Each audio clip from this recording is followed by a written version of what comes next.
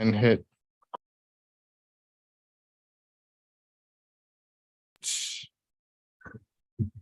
so testing.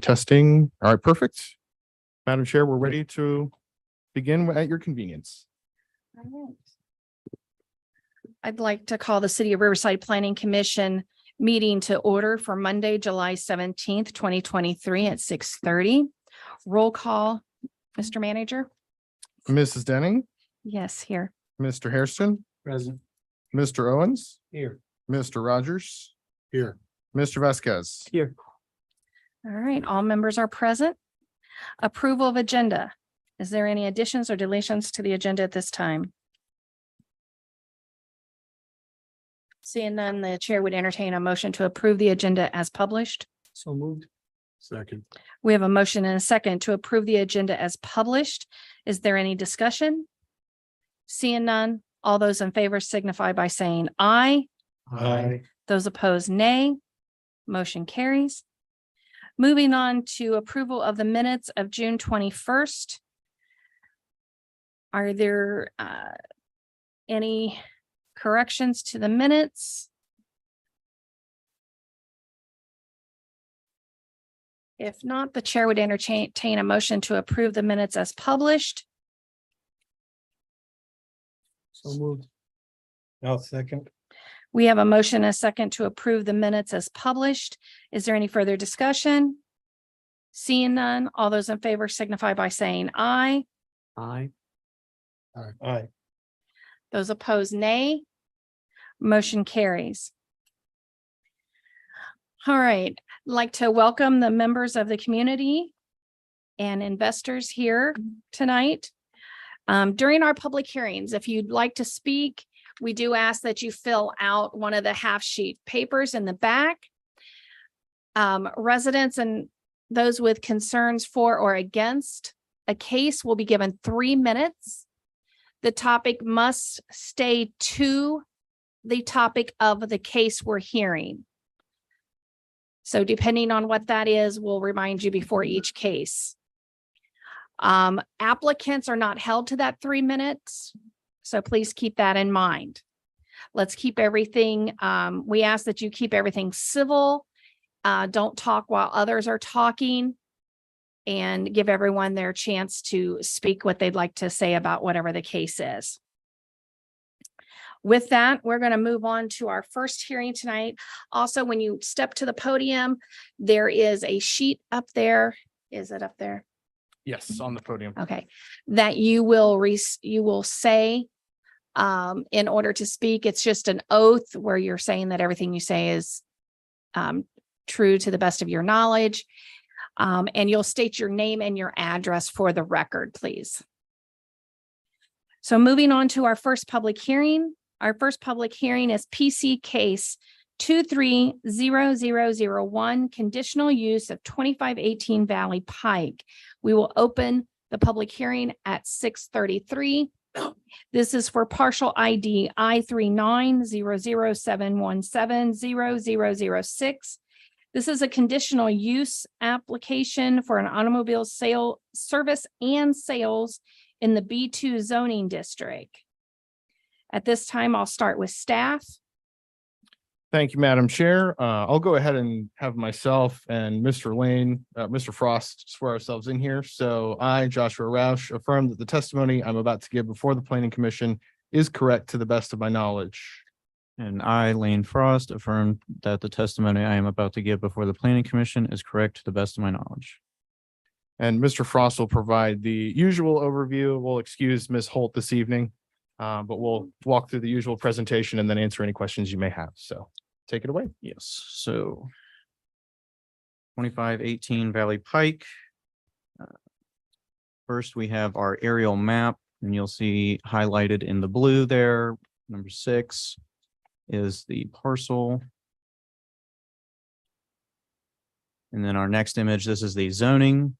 You can see the B2 is all the blue, whereas residential, it backs up to the R3, residential green. Here is a copy of the site plan where you can see the proposed addition as well as parking and your various measurements. And then we have site photos. This is from the street. And this is to the east, to the west. And then this is across Valley Pike. And then this is the proposed new location for the newest addition. This is kind of behind the building. And then here's the proposed on-site parking. And then here's the proposed off-site parking. So staff findings on this case. Conditional use application is not adequately justified and does not meet all the standards for approval. Staff recommends denial based on being a key commercial coordinator for development. It does not meet the policies or recommendations of the land use plan. It could potentially limit opportunities for higher uses and an investment potential, and will not contribute to the overall economic welfare of the community. And it is also located in the water resource area. The required actions either to approve as initially presented, approve with the conditions, or deny the application, which is again the staff recommendation. And conditions can be located on page 2 of your packet. Can you go ahead and advance that slide 1 minute? And just a couple of quick comments here too. So this was a case that was continued from last month. The staff position really here hasn't changed. It's that when we look at the totality of a circumstance like this, where you have a parcel that has some pretty significant constraints, and then from a staff perspective, again, when we think about the land use plan in the context of the Valley Street corridor, even under the current comprehensive plan, what that calls for in terms of commercial overlay, those uses tend to be fairly ambitious in the sense of size, scale, intensity of development. And the revised land use plan echoes that. So where we're driving to in terms of a community, as far as what these plans articulate, are uses that may be more intensive in the sense of like that investment and realizing that investment potential than perhaps what this specific case in staff's view represents. And so that's the bulk of the reason for the recommendation to deny this request. The other elements of this specific set of circumstances from a staff perspective really center around this parcel's location in the source water protection area. It's not in the protection area proper, but in the next band just outside of that, where there are still stormwater or source water protections that would apply to a parcel like this. And the Source Water Protection Board continues to have that regulatory oversight of what could get into the ground. And so those are all sorts of things that we have to consider from a staff perspective as well. So again, just recapping what staff brought to you last month, we're certainly happy to answer any questions that you may have or provide other detail as warranted. Has the applicant provided the necessary documents about the additional parking from the business next door? That is an excellent question. I don't know off the top of my head, but I will attempt to find the answer here.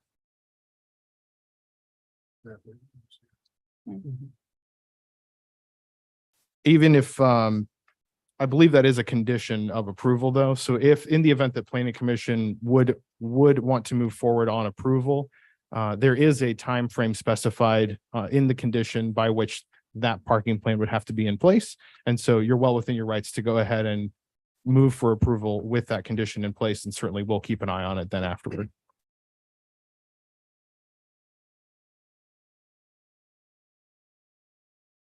The applicant is in the room. Would you like to speak, sir?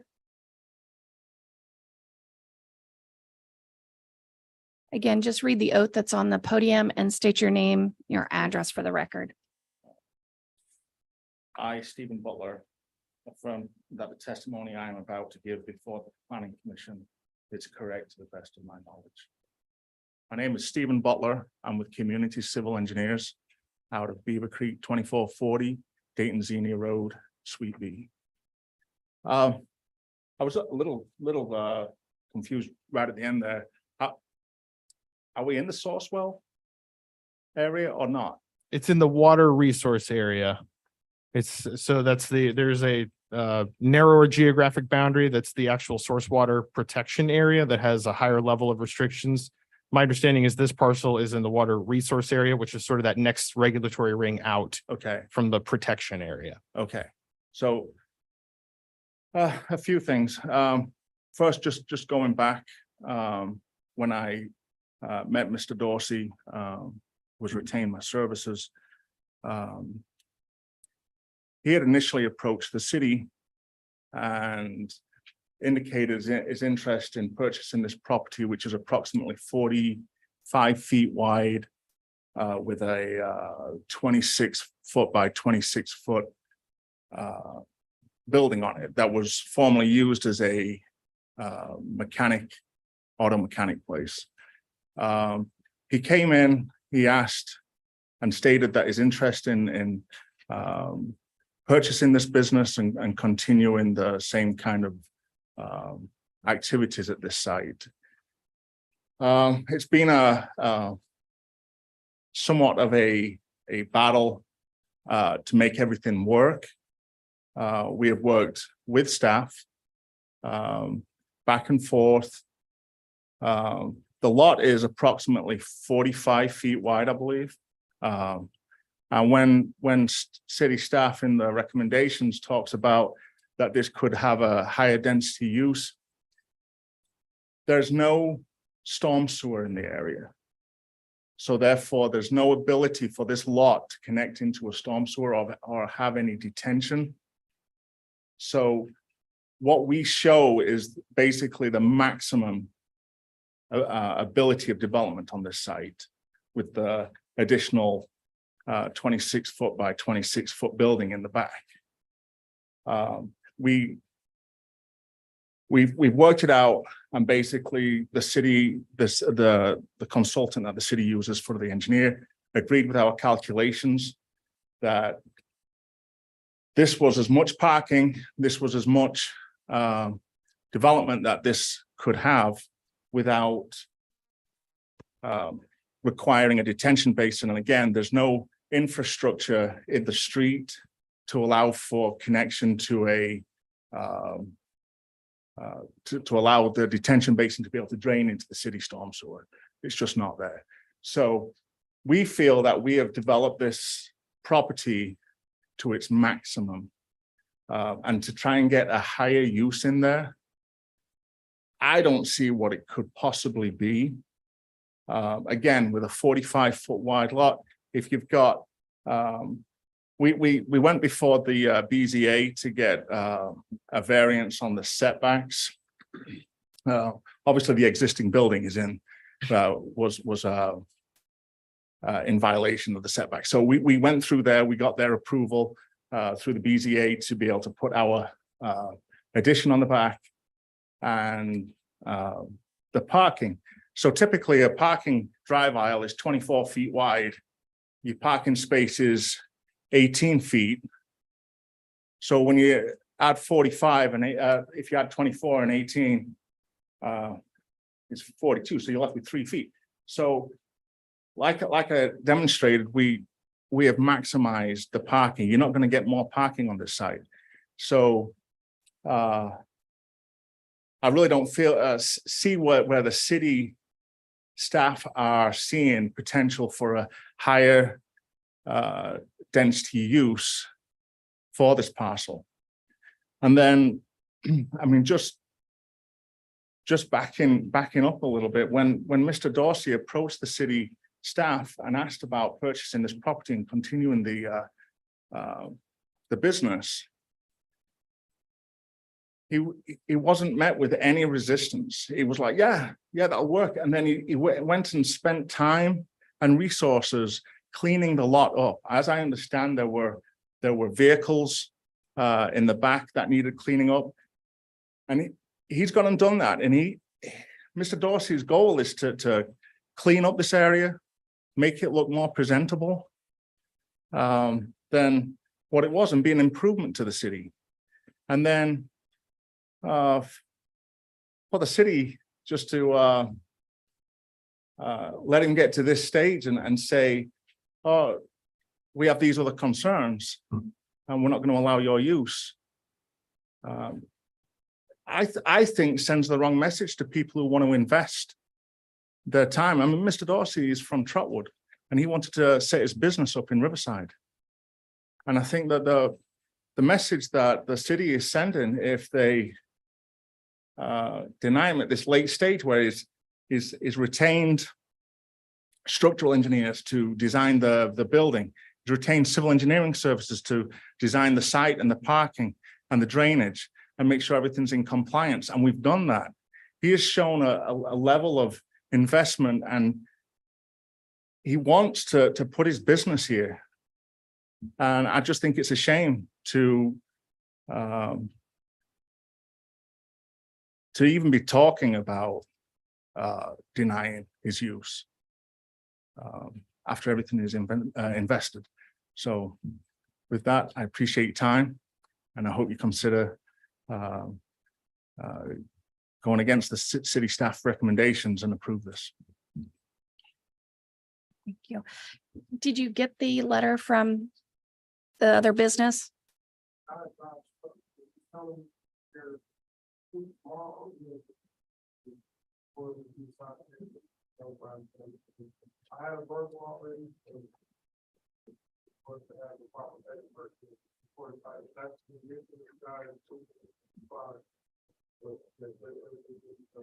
Okay, thank you. Can we read that into the record in some way? I don't know that the Could you microphone's step- caught I'm it. sorry, could you step, sir? And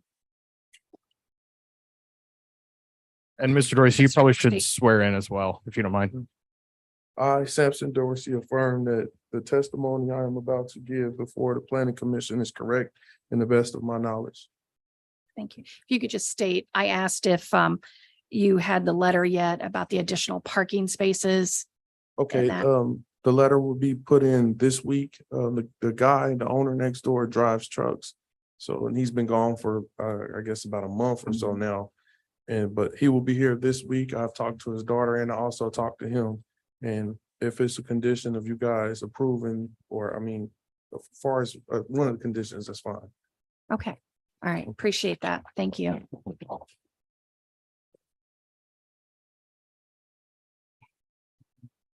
I don't see anyone in the audience that wish to speak on this case. I don't have a slip for you. So I will close the public hearing for commissioner comments and questions. Did you have a question for the applicant? I have a question because this is the conditional uses for automobile service and sales. Is that what this, is that exactly what you want to do there? As far as the mechanic side, I'm actually wrapping vehicles. So it's not like it's gonna be oil and changes of motors or anything. I don't know if you guys are familiar with wrapping vehicles, but it's a very much cleaner situation than it is. Cause you know, nowadays, most cars are going towards electric. So a lot of people are not, changing motors and transmission and brakes. I'm not doing any of that. I'm just wrapping vehicles and I will have 3 or 4 cars for sale at a time, and that's it. Is there a way to limit that? Well, Number of he's only gonna vehicles? have so many spaces available. So once it gets. Limit it. Because what, there's 2 spaces in Two the on front. site. There's 1 handicap and 1 regular space on site, is that correct? Right. And then there was gonna be 3 or Five- 4, 5 existing 5 on the side. spaces. So all of your, if you're selling cars, all that's gonna be on your neighbor's lot. Right. Well, if you look at the site, I don't know if you guys actually been out there. Those spaces are halfway on my lot, and halfway on his. So right now it's just an empty space. He's not using it anyway. Well, his half of it, and of course mine is empty. Mhm. So that's why it was no problem for him to do it. And I had a verbal and I told Naya, but she wanted something more formal, which is fine. Right, It's just his timing and his schedule of getting him here. So he said he promised it's gonna be this week, so, and But as far as anything getting in the ground or anything, that's not, it's plenty of car lots on Valley Street, plenty of tire change spots. I don't want the competition. I'm gonna be the only place that's gonna be wrapping cars that's on Valley. So that's my connection Okay. with the place. All right. Any other questions for the applicant? Sorry, he had a pen explode up here. There was something in the staff report about asking for a variance to reduce the parking further. Is that to come to this number or to reduce it further than what we're talking about here? I believe they already had the required variances go through the BZA process. Okay. So that my understanding is that the action with you this evening, one of the conditions is that parking plan, but that would be the last remaining condition with respect to parking.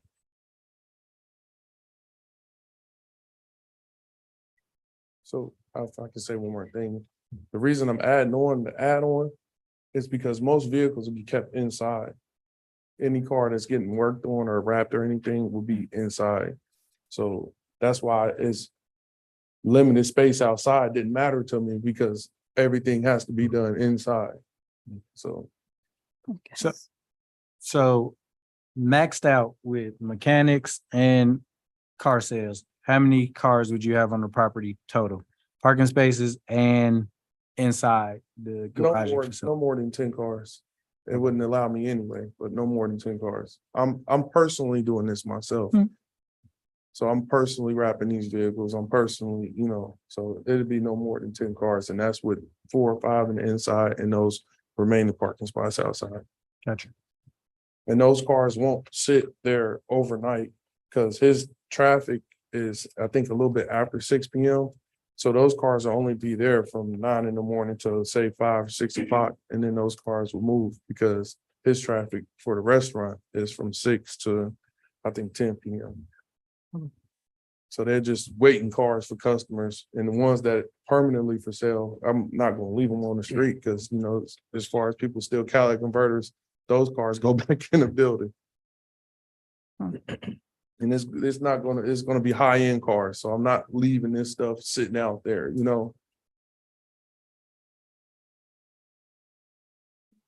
Staff, could you remind me, what are the uses in the current zone business district? I was just gonna ask. In a B2, Yes. we can go ahead and pull that up.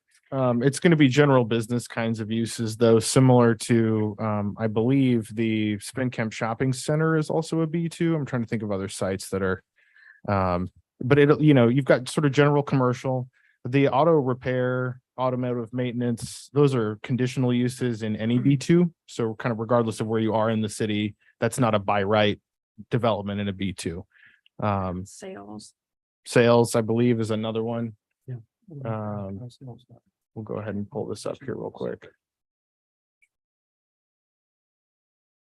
I just. Which one am I go to, can I drive through real fast? Well, if that comes over. I wish I had my laptop on. So this is. Whoops. Also, I just want to ask, what's the primary? Is the wrapping business the primary or the car sales the primary? The wrap is the primary. Okay. So, good question. If you, and this hypothetical, I'm just asking, if it was conditioned to only be used as the wrapping business, would you be okay with that? Or how would you be able to manage a business with that? I will be able to manage, of course, the wrapping business. I mean, but I I want to sell some cars too, so. But if I only had to wrap the cars, I mean, of course, the business will continue, but I would prefer to be able to sell a couple cars because I got a couple cars I want to get rid of. Gotcha.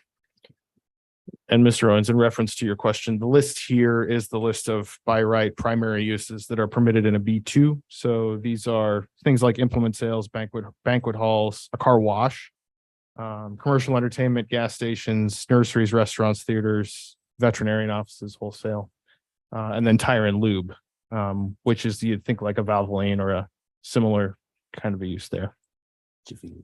Yep. Can I say something? So by this place being a water You guys said something about the water. But I wouldn't have to be worried about conditional use if I wanted to turn it into a gas station. No, but you may have source water regulations that would also apply to that Okay. because they Yeah. get rather interested if anything's going under the ground in Right. either the protection area or the area that you're in, which is And- that next ring. And definitely a tire and lube service, that's spared. It would be the Tires same being thing. Same, backed up. same thing. All this is showing is that in any B2 zoning across the city, these are the things that a developer or an applicant can do by right. Right. Having said that, if other rules, regulations, laws apply, those also affect the outcome of what can be developed. Okay.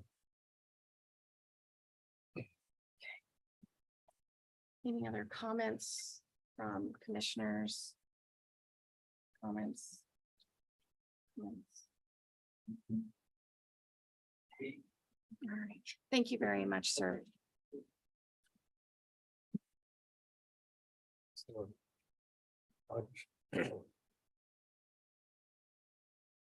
automobile body shop and paint shops would not be allowed. Correct. So, I mean, in this area here, and the fact that it's in that water source area, even some of these acceptable uses wouldn't be allowed or have very strict restrictions on them.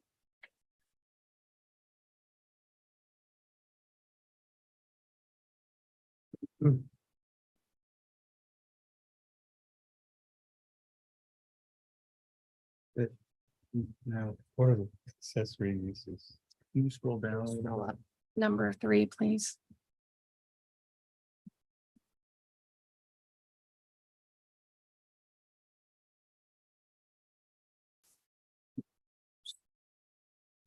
Service conditions.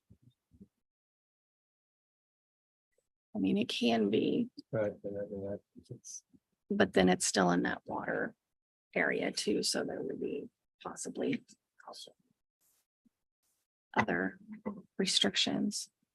And I'll just keep going down here just so you can see the full list of conditional uses as well. So these are all things that any applicant, if they wanted to do these things in a B2 would have to come before you, before us. right, to get a conditional use for.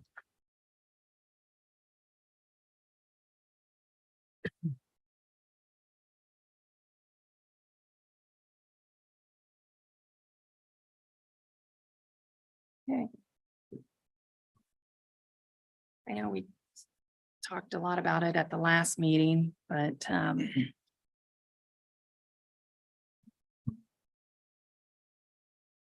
I've got some concerns with it.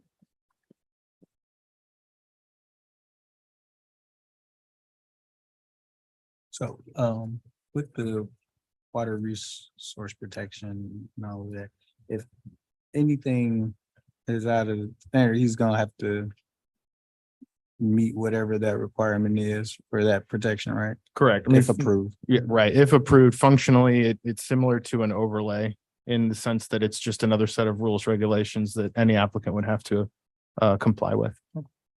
And if he doesn't comply, give him the stops. Well, right, or there's enforcement. Yeah. It's like parking still. Now look at that. Can you show me the parking again? No parking there. So I stole the mouse. This one, or did you? Yes, that one there.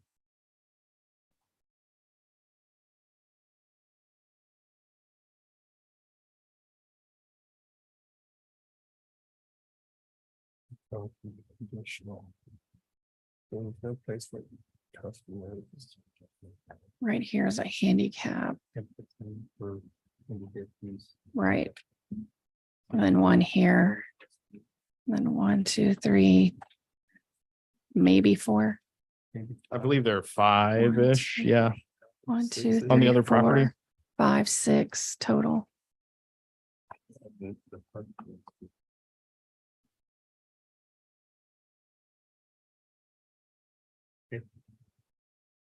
Any other? Anything else? Any other questions, comments? You want to express any thing at this point? Anything we need to talk through? I've already closed the public hearing, so what say you?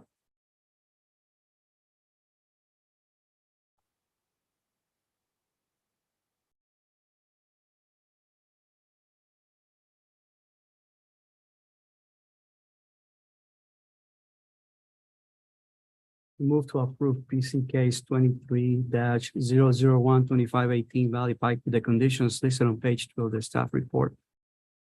The evidence and testimony heard today. I second that. We have a motion and a second to approve PC case 23-001, conditional use of 2518 Valley Pike with the conditions as set on page 2. Roll call, please. Mr. Vasquez, Yes. Mr. Hairston, Yes. Ms. Denning, No. Mr. Owens, Yes. Mr. Rogers. No. Motion passes. Please see Ms. Holt for next steps.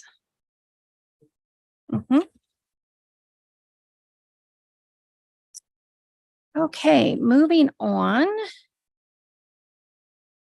We'll now open PC case 230012. This is the final PUD development plan for 7544 Union Schoolhouse Road, parcel ID I393002010053, a final development plan for the Riverside Redwood Planned Unit Development PUD District. Staff? Thank you, Madam Chair. And a quick point of order, actually, for our attorney, should we swear in before each case? Or is that just once at the beginning of the meeting? Or did we, sorry, Yeah, Naya does before each Each case case. because we close a public hearing and we open a new public hearing. Sorry. thank you. I appreciate that. All right, so I, Joshua Roush, affirm that the testimony I'm about to give before the planning commission is correct to the best of my knowledge. And I, Lane Frost, affirm that the testimony I am about to give before the planning commission is correct to the best of my knowledge. You good to go? Take it away. Okay. So PC 23-0012, 7544 Union Schoolhouse Road. The request is a final development plan application for the Redwood Riverside Planned Development District, PUD. And as a quick reminder, the PUD is the new zoning plan passed by council last year. And this will be the first project under that PUD. So a little refresher for you. And we're going to move on to our zoning map. Again, we're going to look at the different districts, the lines along the R3 in the green there. And then the blue is the PUD. And then here's the aerial map. Again, outlined in the blue is the area, the PUD. And then here's the site plan, some renderings. And then here's the site plan.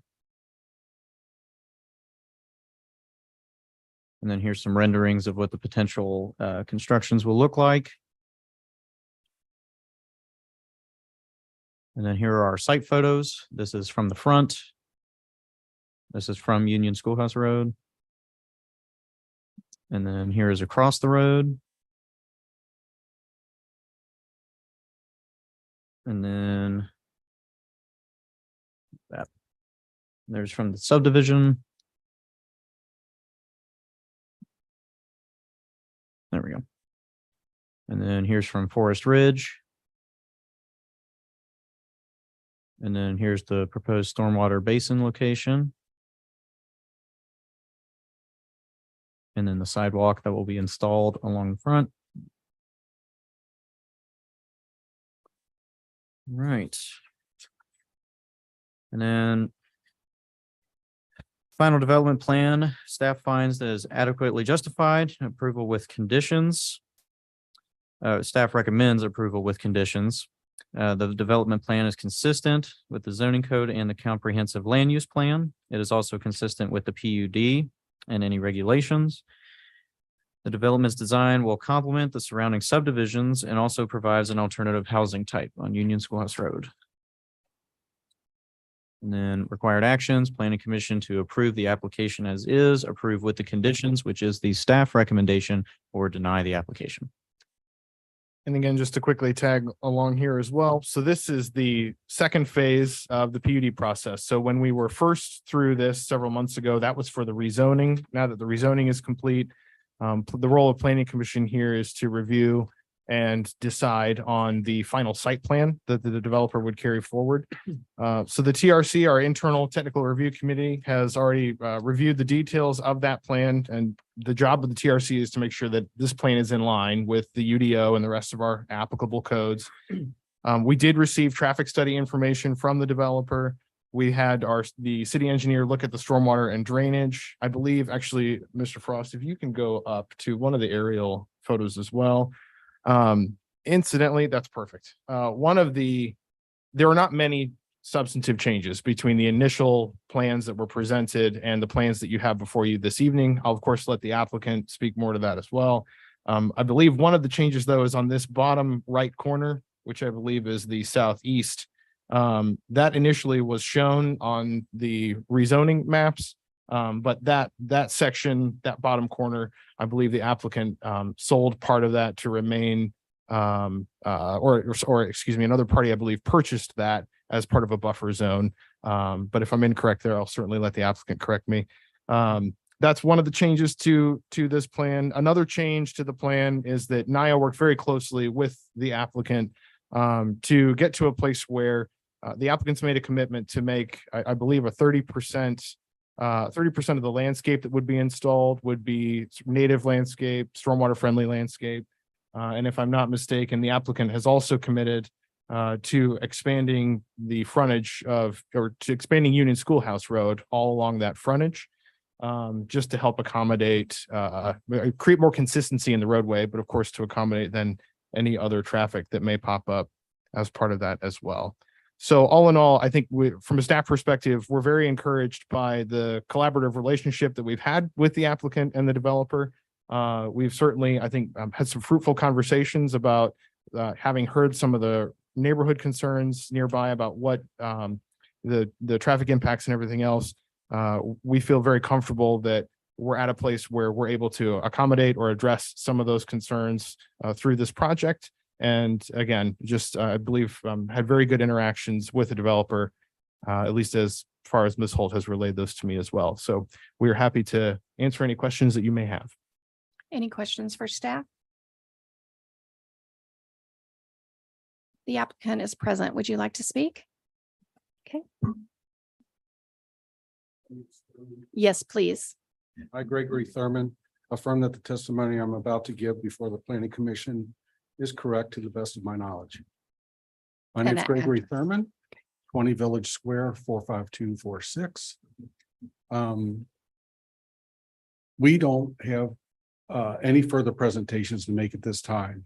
The plan is nearly identical. We came in with 90 unit request. Our final development plan is 90 units.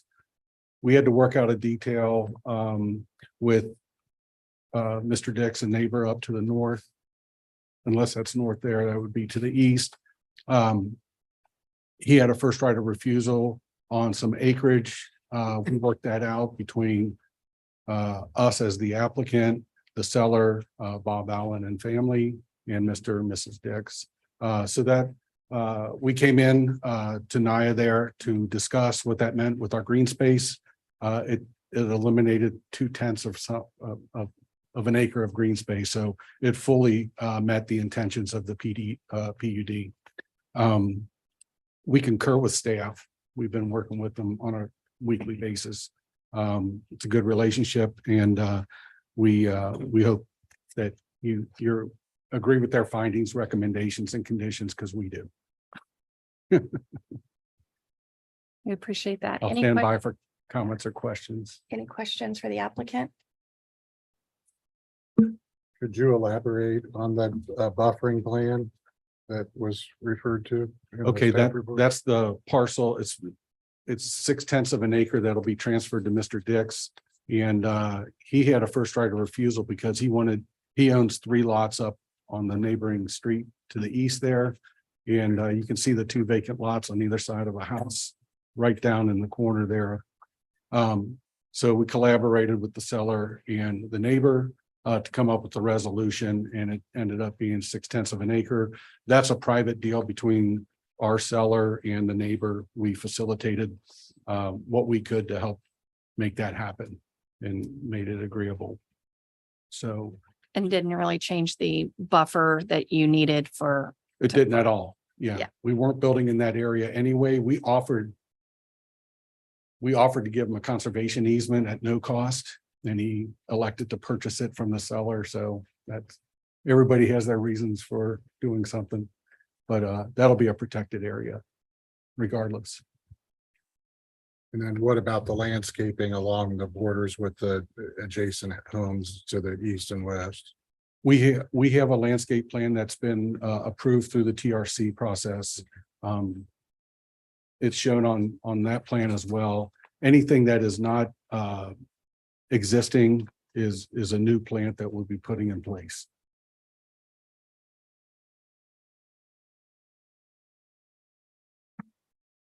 I think that exceeds any buffering requirements that the city has. That's what we typically do. And just a quick point of clarification too, the black and white line drawing version of this, it's in your packet, is the more up-to-date one. This one, you can still see that corner which is no longer in play due to the deal that was just discussed. But that line drawing shows in your packet, shows the most up-to-date version. It's substantially similar, just a slightly different layout to accommodate the changed property boundary line. Yeah, that's a full landscape plan that's agreed to. any other questions for staff or for the applicant? Mr. Rogers? Mr. Vasquez? Mr. Owens? Mr. Hairston? Okay, thank you very much. If there's no additional questions for staff or the applicant, I will close the public hearing for commissioners' comments and direction. We had two We had slips. Oh. let the public. No. These aren't, these are for 31 Oh, are they? I or apologize. 13. I apologize. One says 31, but I think it's supposed to be 13. There was nobody here for the Redwood case, correct? You're Okay, here for all for the third case, right? Okay. thank you. Sorry. My apologies. Yep. No, I always go through and mark the letter so I don't miss anybody. Gotcha. All right. So, since I didn't have anyone wanting to speak, the public hearing is closed 7:13. And, is there anything else you'd like to discuss on this matter?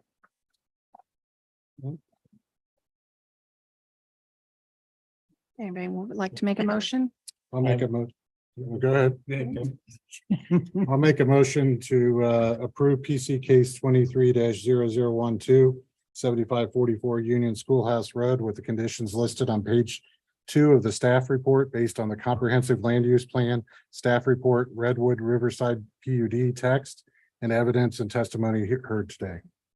I will second that. We have a motion and a second to approve PC case 23-0012. This is the final PUD development plan for 7544 Union Schoolhouse Road. Is there any further discussion? Seeing none, roll call, please. Mr. Rogers. Yes. Mr. Owens. Yes. Mrs. Denning. Yes, Mr. Hairston. Yes. Mr. Vasquez. Yes. motion carries. Thank you, gentlemen, for investing in the community, and please follow up with Ms. Holt on any further action.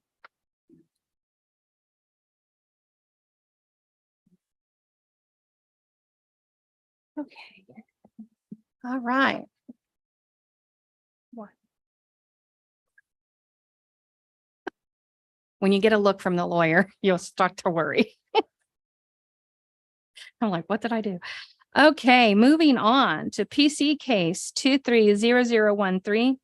This is the rezoning of 1009 Fairfax Avenue, partial ID I390011500014, 0015, 0023, 0024, and I3900116013, 0014. A zoning map amendment application to rezone 6 parcels from R3 medium density residential to B2 general business.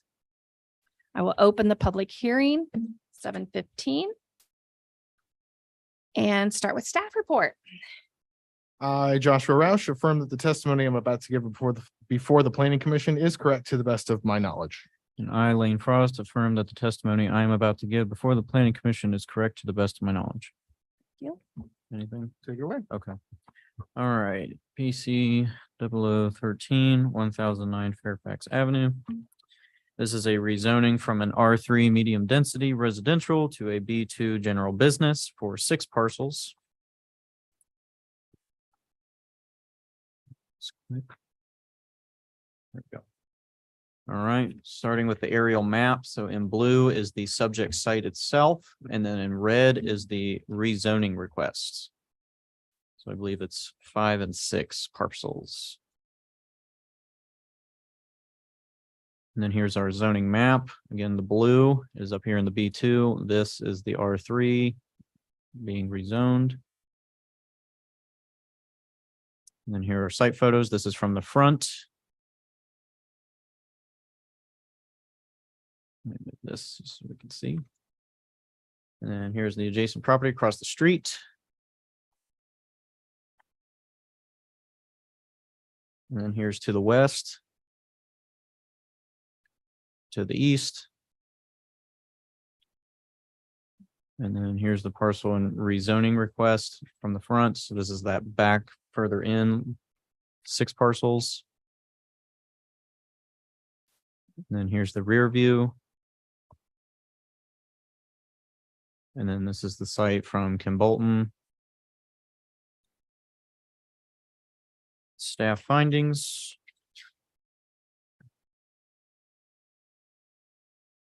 The requested zoning map amendment adequately justified as it does meet the standards of approval. Staff recommendation is to approve with conditions in the rezoning. It is consistent with the recommendations of the comprehensive land use plan, aligned with current and future development on Springfield Street, and coordinates considerable number of well-paying jobs to the city's tax base. And then there's a recommended condition on page 2 of your packet. That condition effectively limits the uses, the B2 related uses that could go on this property. To the items that are listed here. So business offices, grocery stores, research and development facilities, or, accessory uses that are incidental to those primary uses. I think, again, the main idea is that when we, as staff, consider the comprehensive plan that we've been operating under, but also the new land use plan that will be going before council this week. The Springfield Street corridor is identified as a primary corridor for redevelopment and investment in our community. A lot of the staff support for this rezoning comes from that lens. And if as a result of this rezoning process and these conditions, we can do what we can to frame that corridor to be ready to receive that redevelopment. This is a good opportunity to do that in staff's view. And again, it's not a situation where the surrounding properties are not business related. If you flash back to the pictures here and you look across the street or at some of the adjacent uses, there are similar B2 business related uses that are nearby. So this is an opportunity that fits in terms of the investment that's already gone into that corridor and in terms of positioning the corridor for future investment that aligns with that land use plan and helps to encourage investment and job growth in the community. The last point that I'd like to make is just that because this is a rezoning, should the planning commission choose to approve this rezoning, that decision is not final. It would go then to city council. You're of course free to make the decision. But it's not the last stop if you choose to approve it this evening. And we're happy to answer any questions you have. The conditions, can you pull them back up? We don't seem to have those in our packet, so I don't want to reference conditions that aren't in the packet. Right here.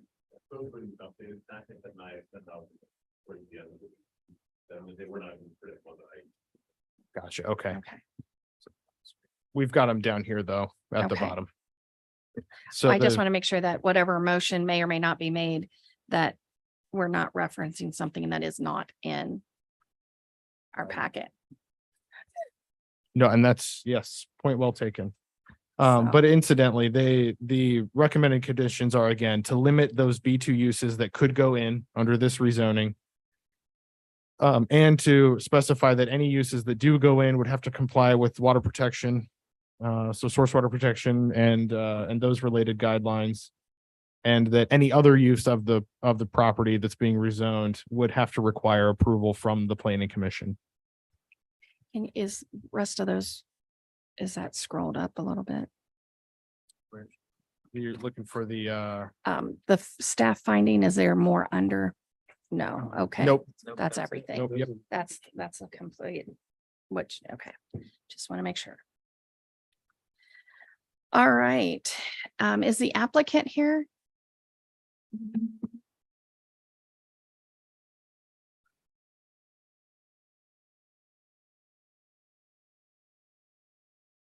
I, Doug Smith, affirm that the testimony I'm about to give before the planning commission is correct to the best of my knowledge. Good evening. My name is Doug Smith. I'm a civil site engineer with Abercrombie and Associates. We're located at 8111 Cheviot Road, Suite 200, Cincinnati, Ohio 45247. Also here tonight is Greg Davis, the applicant with G Davis CCM, as well as John Stewart and Nick Davis with Mechanical Services and Design, MSD. We're asking your review and approval tonight, or recommendation of approval for to zone a property as stated from R3 to B2. Mechanical Services Designs, their facilities are currently located right across the street. And in there they have office, business, storage, and production. They need to expand. Their business is growing and doing very well. And they want to look at building an office facility across the street in the city of Riverside. That facility would be for clerical office support, design engineers, and of that nature. The only thing I can add is, it's a family-owned business. It's been in business since 1984. They provide mechanical services and design for construction, existing companies, and have been in business for quite some time, as you can see. So with that said, Mr. Stewart here tonight, he owns 11 parcels that are shown up here. The 5 parcels, I believe they're 5, that front on Springfield Street, they're already zoned the B3. The back part, the 6 back parcels are zoned R3. I'm sorry, it's B2. The front are B2, the back is R3. So, to implement the plan and to create the office building and the surround and the infrastructure that supports it, we need to rezone those back 6 parcels. And as staff indicates, the proposed zone change request, it's consistent with the comprehensive plan. It's consistent with the surrounding land uses. And we think this office facility would be a nice fit in this piece of property. We are, the client is, and he can speak if you'd like to, but he is familiar with the Wellfield Protection District. He is in part of that program across the street. He's familiar with it and knows all about it. So with that said, we'd be happy to answer any questions you have. Any questions for the applicant or staff? Mr. Rogers? No. Mr. Vasquez? Mr. Owens? Mr. Hairston? Yeah, what? On parcels 17 and 16 on that map, what is that? On parcels 17 and 16. That residential, That's Hall's Eastwood Market, isn't it? That's the market, yes. that's the market? Yeah.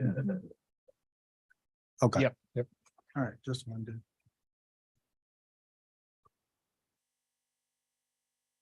Any other questions? Okay. All right, we'll move to resident comment. I've only got 2 slips up here. So hopefully that's, the first one I have up is Robin Pope. Is that correct? I hope. Okay. If you'll just step to the podium, read the oath, and then give your name and your address, please. I, Robin Pope, affirm that the testimony I'm about to give before the planning commission is correct to the best of my knowledge. Thank you. My Go name is ahead. Robin Pope. I live at 4501 Byesville Boulevard, Dayton, Ohio. I'm here with a group of people. We are all residents of that area that you guys are talking about putting up an office in. Where you're talking about Halsey Eastwood Market, behind that is residential. Next to that is Connie's house. Across the street from Connie's house is my house. We have kids that play in that neighborhood. There's no reason that I can think of to not be able to raise our children in a neighborhood that isn't completely commercialized. I mean, I know across the street I understand that Springfield Street is, but this is where we live. This is where our children play and our grandchildren play. It's just, we already have a problem with people rushing through the stop signs. Now you're going to add more traffic in there. It's a very small community. There's 10 streets tops. We're not a big community. Where are you going to put that traffic overflow inside the neighborhood? There's no place to put it. We have so many other concerns. I understand these. I understand why they're here. I'm a very smart woman. I'm a little nervous right now, but I'm very smart.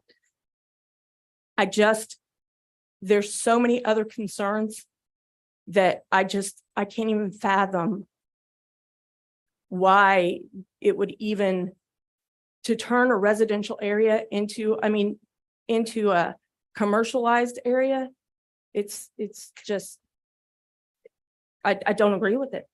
I want to be able to walk up to my corner market and not have to look at no offense, an ugly office building as I'm doing it. I like looking at the greenery. I like the trees. The birds like the trees. The animals like the trees. We're a community and we're here together to let you guys know that this is not what we want in our community. Thank you. And I forgot to do this at the beginning, but Ms. Pope did a nice job of staying on track about just talking about the zoning purpose itself, because that's really all we're here for tonight. So thank you for that. I appreciate that. The next one up is Edward Kimmerly. Okay. I struggle sometimes with reading these. I, Edward Kimberly Jr., affirm testimony I am about to give for the planning commission is correct to the best of my knowledge. Thank I you. live at 4508 Fair Park. I'm opposed to this. We had a neighbor of ours, last council meeting. Wish to turn his property into a business just to park 4 trucks. And I was told by the council and the mayor, which I support. I was told that the Byesville plat was going to remain residential. And if they changed one, then they would have to make an exception for everybody. And that was told last month on record by the mayor and the council. And so this kind of upsets me that now, since that statement was made, that they're trying to rezone it for business. That's all I have to say. Thank you. Thank you, sir. Okay. All right. Any further questions? Anything staff would like to add? Just a quick point of clarification, with respect to the what the resident actually just referenced as far as the prior zoning issue. That had to do with an industrial request, and there are no neighboring industrial sites in the neighborhood. This request is a little bit different because it's a request to rezone to B2, and there are neighboring B2s. It is a different case, and so that's why the staff recommendation here is different as well.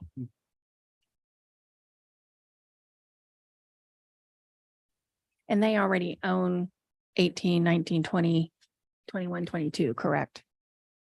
So they own that whole. I believe that's that what you accurate. just- Yes, yes. that's correct.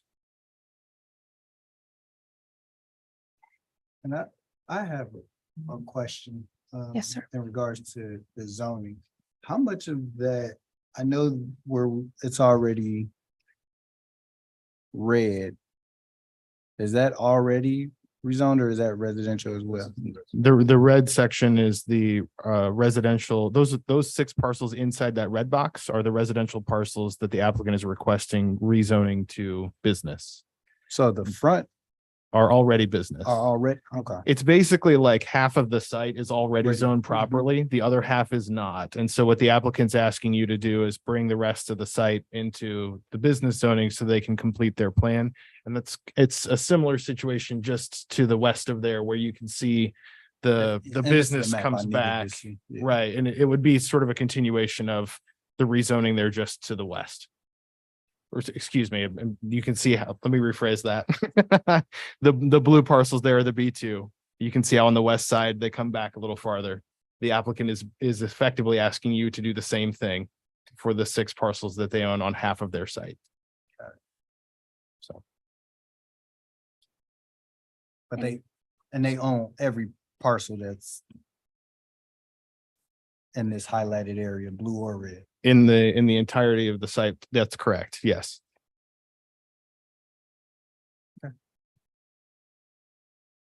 And I'm not 100% sure this pertains to this right here and now, but I'm going to ask anyway.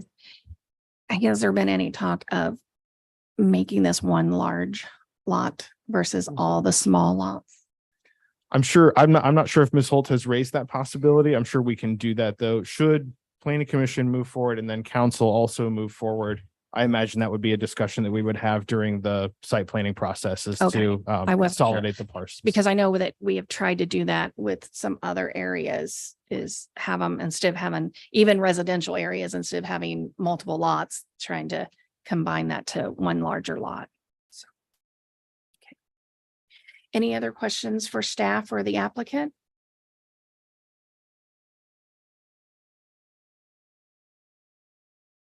Okay, seeing none, I'll close the public hearing and move to commissioner comments and suggestions.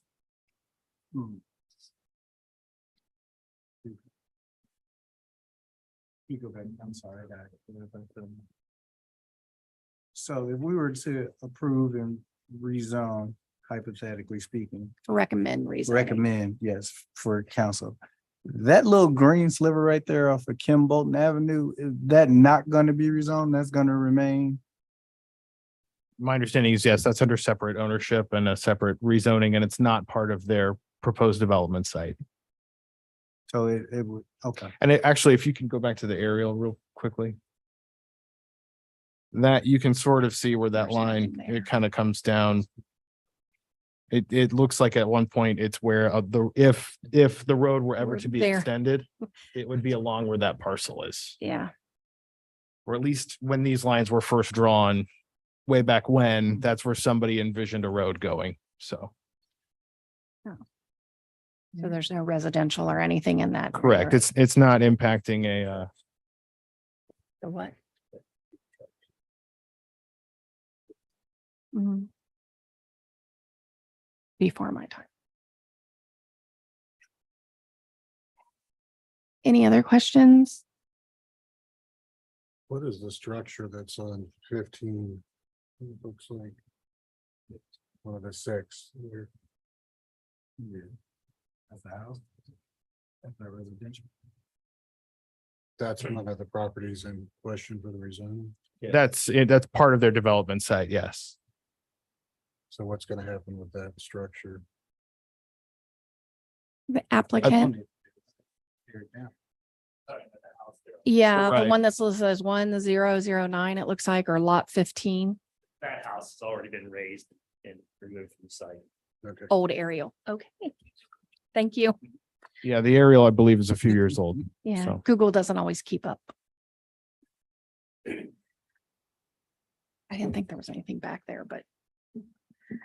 Okay. Could I point one thing out, Chair? As Yes. I was looking at a historical map, if I mention a few things. Sure. Thank you. Go right ahead. I was looking at an old aerial map of the original plat of East Gardendale, which is the subdivision we're looking at. The area just below where the red rezoning request is, there's an 11, and then there's a 39, and there's a 12. There's a solid line that goes across. It actually begins at Smithville, and it originally terminated at Northcliffe. That was the original interurban rail line that ran all the way through that neighborhood. So there was at one time a defined buffer starting at Springfield and then ending behind the proposed sites. So it looks like at one time, at least, there was a separation planned out for maybe the more residential area or in the area closer to Springfield. But obviously there's no more interurban, which was an old rail line. But that is why, looking at an aerial map of property lines of this neighborhood, you will find one line, what would have been at one time a rail line that ran not along Springfield Street, but just south of Springfield Street. And you can see that kind of urban archaeology is still present in the property lines.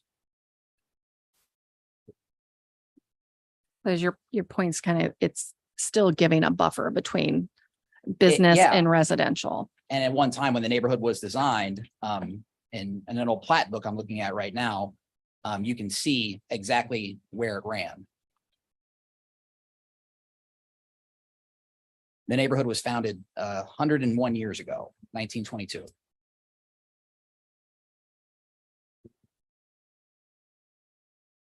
Any other questions, comments, commissioners, mayor? Okay.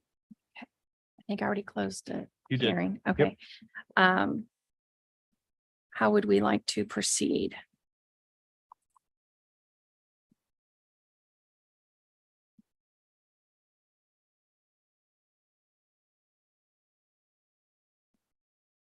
I'll make a motion to recommend approval of the PC case 23-0013-1009 Fairfax Avenue with the conditions listed in the presentation we had tonight. Based on the comprehensive land use plan, staff report, and evidence and testimony heard today. A second. We have a motion and a second to recommend approval of PC case 230013, rezoning 1009 Fairfax Avenue with conditions as presented in presentation from staff tonight. Is there any further discussion? Seeing none, roll call, please. Mr. Rogers, Yes. Mr. Vasquez. Yes. Mrs. Enning, Yes. Mr. Hairston, No. Mr. Owens. Yes. Motion carries to recommend approval. This will now be heard by city council, and you can find out those dates either online or by contacting the offices here on when that'll be placed on their agenda. And we thank you all for taking the opportunity to be here tonight.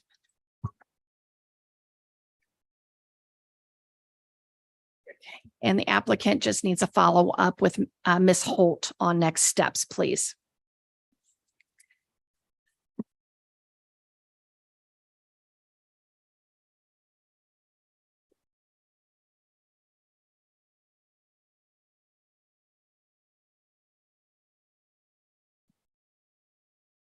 Okay, we'll move on to the zoning administrator discussion topics, urban agricultural research update. Thank you, Madam Chair. Mr. Frost has a brief status update on where we are with the code review for the urban agriculture process. So, Mr. Frost. Okay, so with urban agriculture. Just a quick refresh, current Riverside code. 1107.5 4G. Chicken and poultries fall under agricultural use. It is required a conditional use and approval. You have to have an 1.5 acre lot, accessory structure 200 feet from dwellings, 25 feet from lot lines, in compliance with other regulations.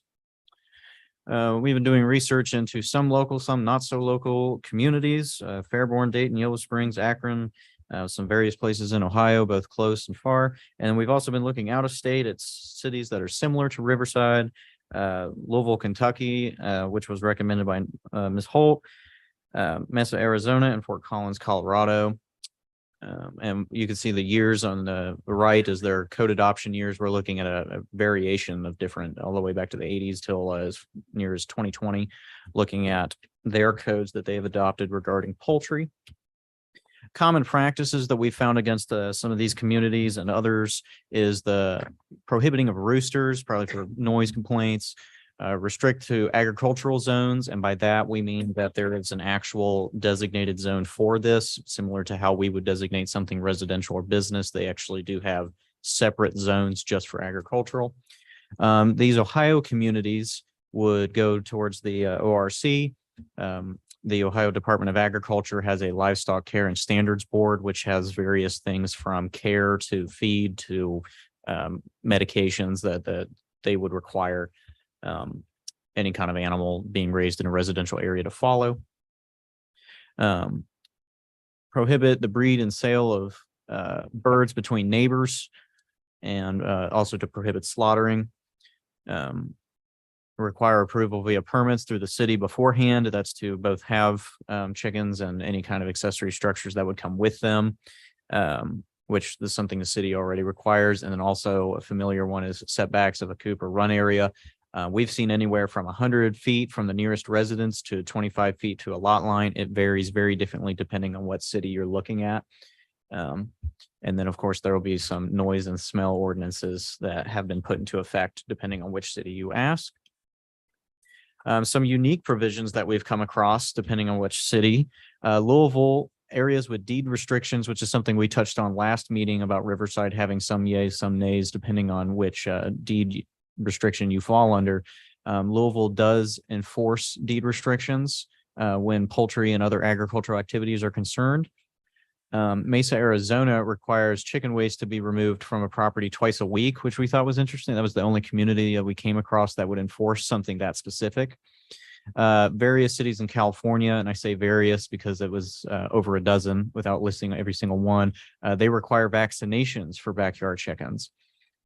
Fort Collins, Colorado had an interesting idea by requiring a permit instead through the city, through the local humane society, with various inspections of the living area and the facilities in which they would be living in, to prevent animal abuse or neglect and other issues of that nature.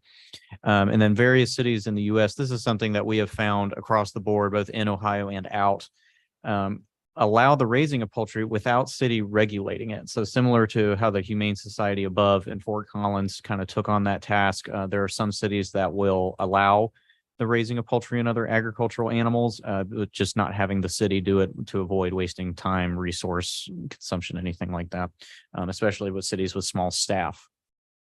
Some next steps that we will talk about next meeting or meeting after is to reach out to these city officials, city planners, code enforcement, and zoning. So far, we've just really been looking at their code and their websites, and discuss their personal experience with the codes, whether they've passed them or they haven't, to see why they have and how that's going, and to provide the planning commission with key elements that are appropriate for a Riverside ordinance.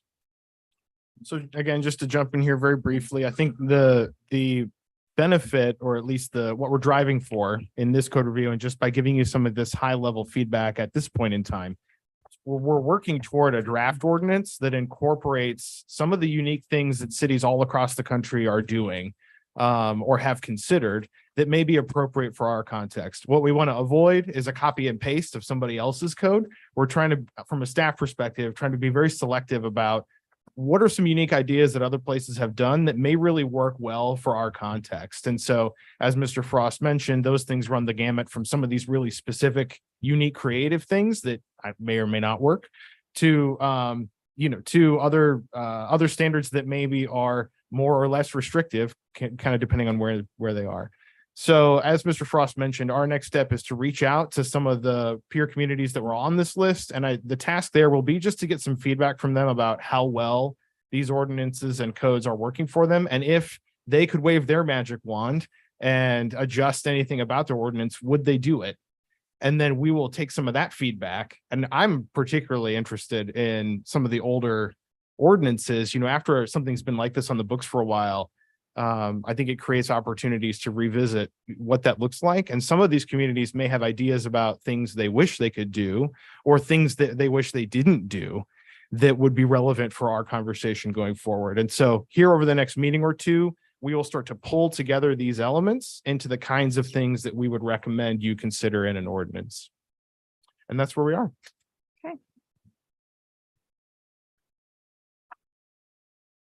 Okay, so we have one more item. This is under matters by commission. We need to appoint a CRA Housing Council member tonight, correct? Correct. Okay. And do you want to go over that a little bit?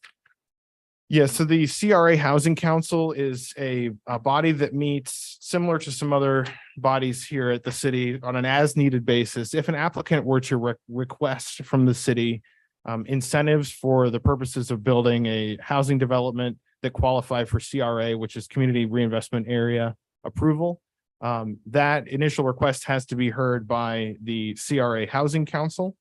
And at this time, the idea is to have some of the boards and commissions select members to serve on that council, along with some staff representation as well. So what we would look for from the Planning Commission this evening is a nomination for someone that's essentially on standby, should we get a request like that, who could attend a meeting to hear that request and then make a recommendation to council.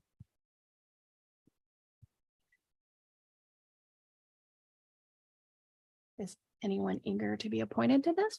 Do we have a map that shows like the CRA districts in Riverside, or is it pretty much the whole community? We do. If effectively, most of the community is in a CRA of some kind. We have three. We have a north, a central, and a south.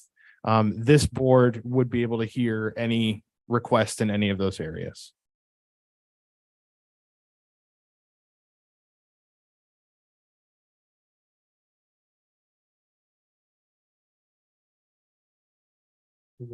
Volunteer? Unfortunately, Tony can't because it's a conflict of Yeah, interest and- because he's already on I'm already on it. one in Yeah. here. So we did look into that. Without him knowing right away, but we looked into it. I will emphasize that I don't anticipate this will be a heavy lift for anyone on Planning Commission or other boards or staff. It would be just as needed as these pop up. Goodness, Doesn't good want for to. you. I make a motion that the Planning Commission's representative is David Owens. Second that. Here, I was like, I'll do it if no one else wants to, but. Okay, we have a motion and a second to appoint David Owens to CRA Housing Council. Any discussions? No, there is not. Roll call, please. Motion was, I'm sorry, who made the motion? I apologize. You're giving You him a made the- chance to. No, I'm just I making made the sure my motion paper is correct. Okay. To appoint. And Mr. Harrison seconded, correct? Okay, thank you. Mrs. Denning, Yes. Mr. Hairston, yes. Mr. Owens, Yes. Katie will call me if I wasn't supposed to do that. Mr. Rogers, Yes. Mr. Vasquez. Yes. Actually, I think what I found out, lawyer can correct me if I'm wrong, but you don't have to you excuse yourself can. or abstain when it's you being appointed to something. Sometimes it's more customary in certain areas than others.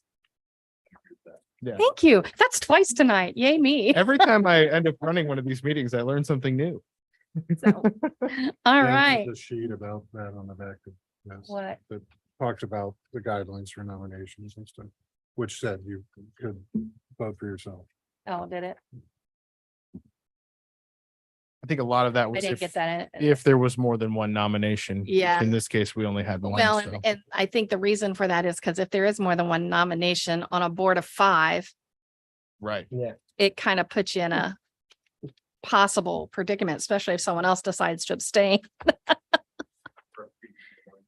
Yeah, then, what are you gonna do? So, all right. So is there anything else, staff, that we needed to go over? No, ma'am. All right.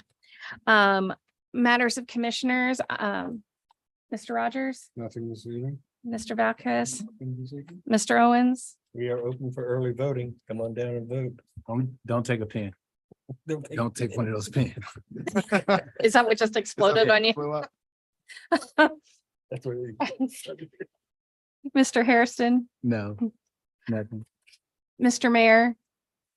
Nothing. Thank you for your service. Okay, city manager. No, thank you again for your service and for the appointment. Lance. Lane. Lane. Oh, man. Sorry. You got a new name tonight. No, nothing. No, nothing. And our attorney that's present? Okay.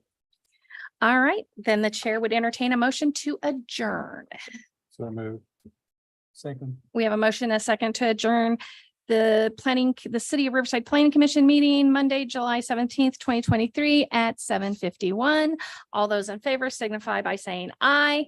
Aye. Those opposed, nay. Motion